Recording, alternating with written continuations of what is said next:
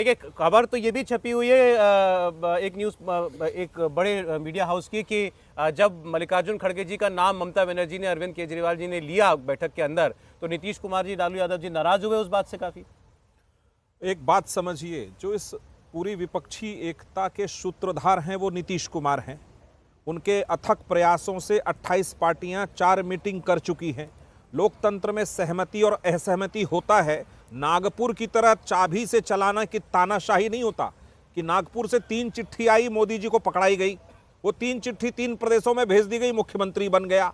2 व्यक्ति जो चाहता है वो तय कर लेता है, उनके साथ रहना है तो रहिए, नहीं तो जाइए। खड़गे जी के नाम पर असहमति है जेडीयू में। समझ लीजिए कि 28 पार्टियों में कई तरह की बातें और चर्चा होंगी और होती रहेंगी। ये जनतंत्र है, ये लोकतंत्र है, तानाशाही नहीं है। और 28 पार्टियां एक मुद्दे पर एक साथ खड़ी हैं कि वर्तमान की जो नरेंद्र मोदी की तानाशाही वाली सरकार है, जिसके नीयत और नीति दोनों पर प्रश्न है। 150 सांसदों को भी, ऋतु जी ने सही कहा, 150 सांसदों को भगा करके अब निलंबन करके तमाशा बना रहे हैं लोकतंत्र का और कह रहे हैं कि कौन सा चश्मा आपने पहना है।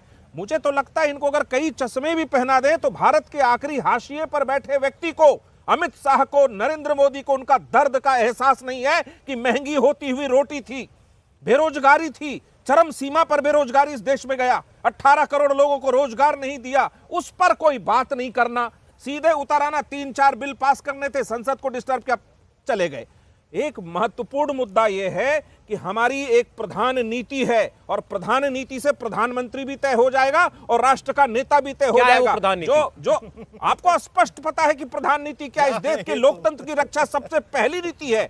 आप समझिए, जिस देश में महंगाई बार बार बढ़ती चली गई, गरीब हाशिए पर पहुंच गए, रोजगार के संकट और बादल मंडराते रहे और नरेंद्र मोदी पूरी दुनिया घूमते रहे, मणिपुर में आग लग गई, नरेंद्र मोदी चुप्पी मार गए। अभी वो कहते हैं ना गारंटी, अरे भैया आपके संसद में 4 लड़के घुस गए, आपकी गारंटी का क्या हुआ? कहता है मोदी जी की गारंटी है। ये जो झुंझुना बजाते हैं ना गारंटी वाली, इस झुंझुना से देश नहीं चलेगा। देश चलता है नियम, निष्ठा और नीतियों से। मोदी जी की गारंटी झुंझुना है। आज भी रुक जाइए, इन्होंने तो नारा बनाया 2024 के चुनाव बनर्जी ने क्या सवाल उठाए? मनरेगा का पैसा वेस्ट बंगाल को नहीं दे रहे। जिस मनरेगा को कांग्रेस पार्टी लेकर आई थी, आज उसको आप क्लेम करते हैं।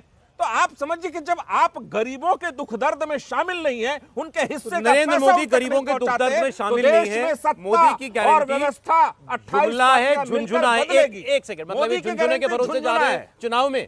देखिए, 2014 से ये गाल बजा रहे हैं, जनता को इनकी परवाह नहीं है और न इनको जनता की परवाह है। मैं तो एक सीधा सवाल पूछता हूं, आज 21 तारीख है, खत्म है, कल 22 घोषणा, 5 दिन बचे हैं, कहां है सीट शेयरिंग?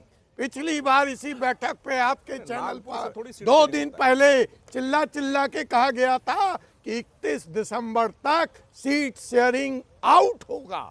दिख रहा है आपको आउट होता हुआ, या ये किस कवायद जा रही है? और आगे चलिए, 3 महीने रह गए हैं जब देश पहले चरण के चुनाव में जाएगा।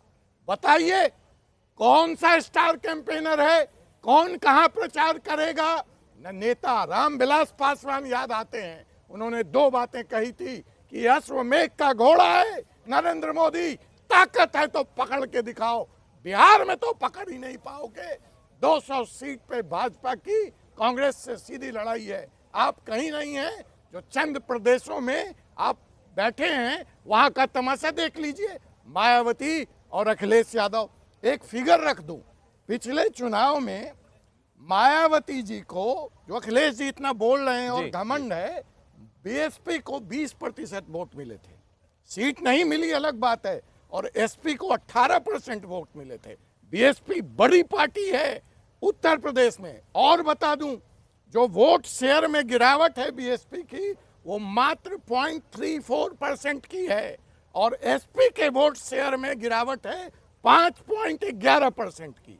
किस आधार पर फैसला होगा उत्तर प्रदेश? आप वकालत कर रहे हैं कि ये मायावती जी को अपने अलायंस में लें? हम ये नहीं कह रहे हैं, हम इनका हाल दिखा रहे हैं कि ये ताश के बिखड़े पत्तों से अगर महल खड़ा होता तो न जाने ये कब खड़ा कर लेते। तीनों जवाब देना चाहेंगे आपको। पहले आदिल बहलाने को एकीकरण का ख्याल अच्छा है।